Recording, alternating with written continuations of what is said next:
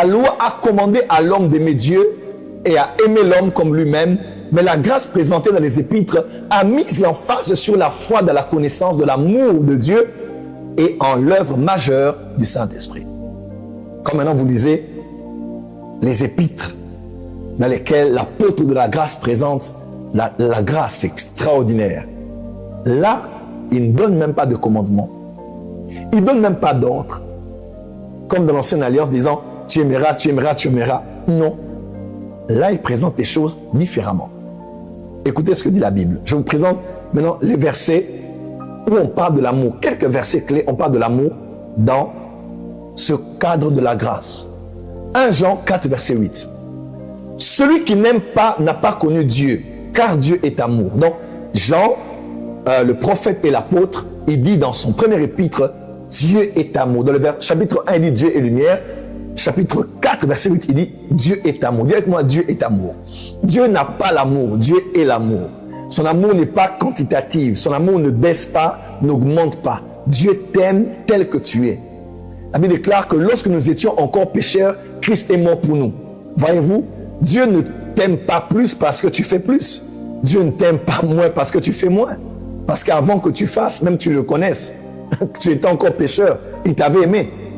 Il est écrit, Dieu a tant aimé le monde, pas l'Église, pas les chrétiens. Il a tant aimé le monde qu'il a donné son Fils. Donc, Jésus, l'expression de l'amour de Dieu pour toi, est né, a été donné à la croix avant même que tu ne sois chrétien, avant même que tu ne naisses. Il était déjà mort à la croix comme victime expiatoire pour les péchés de tous les humains sur la terre, ceux qui étaient de son époque et ceux qui viendraient plus tard. Est-ce que quelqu'un est avec moi? Est-ce que quelqu'un est avec moi? Et même pour tous ceux qui étaient morts avant, ça c'est biblique. Parce qu'il est allé sous la terre pour cela. Pour ceux qui étaient morts avant, ceux qui étaient morts pendant qu'il était là, et ceux qui mourraient après. Ça c'est extraordinaire. Donc Dieu est amour. Gardez bien cela. Dieu est amour. 1 Jean 3, verset 1. Voyez quel amour le Père nous a témoigné pour que nous soyons appelés enfants de Dieu. Nous sommes enfants de Dieu parce que c'est le témoignage de l'amour de Dieu pour nous. Version anglaise contemporaine. Pensez à l'amour que le Père nous porte. Frère, tu as beaucoup pensé à combien ton ex t'a abandonné. Tu as pensé à combien on t'a critiqué à l'église. Tu as pensé combien on ne t'aime pas beaucoup, ou tu n'aimes pas ta tête, ton nez, vous êtes une femme, votre corps ou autre. Mais pensez à l'amour que le Père a pour vous. Autre verset, s'il vous plaît. On va aller 1 Jean 4, verset 10. Et cet amour consiste non pas en ce que nous avons aimé Dieu. Oh my God! Voilà. Vous voyez la francophonie? Tout le monde était là. Non, Dieu nous demande de l'aimer, de l'aimer, de l'aimer. Calmez-vous. Jean dit, cet amour consiste non pas en ce que nous avons aimé Dieu, mais en ce que lui, il nous a aimés et a envoyé son Fils comme victime expiatoire pour nos péchés. En matière d'amour, c'est pas une question de mon amour pour Dieu. Ça, c'était l'ancienne alliance. Ça, c'était sous la loi. Mais dans la grâce, l'emphase, quand on dit emphase, ça veut dire que on doit être tous ici, mais l'emphase est mise sur mon visage et non sur mes jambes. Vous voyez un peu? Donc, quand on dit emphase, ça veut dire d'autres choses sont là, mais on concentre l'énergie, on concentre la lumière sur une vérité. Dans la nouvelle alliance, prophète Joël, tu veux dire qu'on n'a pas aimé Dieu? Mais bien sûr que non, Dieu veut qu'on l'aime. Dieu le veut. Est-ce que Dieu ne voudrait pas qu'on l'aime? Qui est amour et aime et n'aime pas être aimé? Dieu veut qu'on l'aime, bien sûr. On doit dire aux gens d'aimer Dieu. Bien sûr qu'on doit le dire. Le problème, c'est quoi? Dans la nouvelle alliance, dans la grâce, l'emphase n'est pas mise sur nous qui aimons. Mais l'amour, là, ça consiste pas en moi j'aime, mais ça consiste au fait que c'est lui qui nous a aimés. Comment? Version amplifiée dit ceci. Nous avons connu par observation et expérience personnelle et nous avons cru d'une foi profonde et constante à l'amour que Dieu a pour nous. Dieu est amour. Et celui qui demeure dans l'amour demeure en Dieu et Dieu demeure en lui continuellement en lui. Frères et sœurs, on dit nous avons cru. Nous avons une foi profonde et constante. Le problème, tu places ta foi sur ton amour pour Dieu. C'est ça le problème. Et ça, c'est le problème de la loi.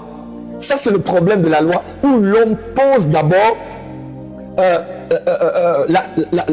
l'agrément qu'il a de Dieu par l'amour qu'il montre à Dieu. de la nouvelle alliance, ce n'est pas sur de la nouvelle alliance, nous croyons, nous plaçons notre foi, notre confiance en l'amour que Dieu a pour nous. Alléluia. N'est-ce pas extraordinaire comme verset? Vous pourrez même le lire à la maison en continu. On va lire la suite. Ce verset déjà dit tout. Sans que je n'explique beaucoup de choses, ce verset vous dit tout. Vous devez croire en cet amour, avoir la connaissance et croire de manière personnelle et profonde en cet amour. Bible amplifiée. Nous avons connu par l'observation l'expérience personnelle. Bon, on va continuer. Éphésiens 2, verset 4. Mais Dieu, qui est riche en miséricorde à cause du grand amour dont il nous a aimés. Waouh! Maintenant, aux Éphésiens, il dit Dieu qui est riche en miséricorde à cause du grand amour dont il nous a aimés. Voilà la conscience. Paul l'écrit à ses enfants d'Éphèse et dit le grand amour dont Dieu nous a aimés. Allez-y au verset maintenant 17 du même épître. En sorte que Christ habite dans vos cœurs par la foi, afin qu'étant enracinés et fondés dans l'amour, vous puissiez comprendre avec tous les saints quelle est la largeur, la longueur, la profondeur et la hauteur, et connaître, c'est le verbe ginosko, oh my God, que vous puissiez ginosko, l'amour de Christ qui surpasse toute connaissance, en sorte que vous soyez remplis jusqu'à la plénitude de Dieu. Waouh! L'apôtre Paul ne parle pas ici du fait que vous les Éphésiens, aimez Dieu, aimez Dieu, aimez Dieu, aimez Dieu, aimez Dieu, aimez Dieu, aimez Dieu. Non. Il dit non, c'est pas rester sur votre amour. Ça, c'est la loi. Ça, c'est le curseur sera sur vous. Le crédit va vous revenir. La crédibilité sera, le pasteur là, il aime Dieu. La retraite, c'est des amoureux de Dieu. Le concert gospel, des amoureux de Dieu. Est-ce mauvais? Non. Mais la nouvelle alliance ne met pas l'emphase sur notre amour pour Dieu. Parce que même les amoureux de Dieu, là, il y a beaucoup de choses dans nos chorales. Hein? Il y a beaucoup de choses dans nos concerts gospel. On dit on va mourir dans la présence de Dieu. On va aimer le Saint-Esprit. Si on regarde nos vies en profondeur, nous branchons de plusieurs manières. Nous sommes pasteurs de plusieurs manières. Donc des fois, nous devenons des religieux. Parce qu'on veut sur les réseaux sociaux montrer aux gens combien on aime Dieu, combien on est passionné de Dieu. On poste les photos qu'il faut, on fait une tête comme ça, on verse des larmes et on ne met que la photo où on pleure. On le met pour Dieu, on le met pour que les gens sachent qu'on a pleuré dans la présence de Dieu. Il y a beaucoup de questions à se poser à ce sujet. Je ne suis pas contre ça, je vis en paix. Mais dans la nouvelle alliance, l'accent n'est pas mis sur cet adorateur-là. Il est une nouvelle génération, il aime Dieu. Ou ce pasteur-là de la francophonie, il aime beaucoup Dieu. C'est vrai que notre amour pour Dieu doit inspirer les autres. Mais le but, ce n'est pas nous. Le but, c'est de réaliser combien lui, il nous aime. Ne soyez pas enracinés sur l'amour que votre pasteur a vis-à-vis de Dieu. Le jour où il va tomber, vous allez abandonner la foi. Ne soyez pas enracinés sur l'amour que votre mamie de l'église a en Dieu. De peur que le jour où elle insulte son mari devant vous, vous puissiez perdre la foi. Ne soyez pas enracinés dans l'amour que moi j'ai pour Dieu. Oh, le prophète Joël Francis, malgré les épreuves qu'il a connues, malgré qu'on l'a insulté, on l'a lapidé dans la francophonie, mais il aime toujours Dieu. Son amour pour Dieu m'inspire, c'est vrai, mais le jour où je vais pécher, tu vas être emporté. Ne soyez pas enracinés dans l'amour que David a pour Dieu, même s'il est le bien-aimé de Dieu, parce que le jour où il va coucher avec Bathsheba, et il va tuer Uri, vous allez vous dire, même un homme comme ça qui a l'onction sur lui, qui dit aimer Dieu, qui compose des cantiques, comment peut-il faillir?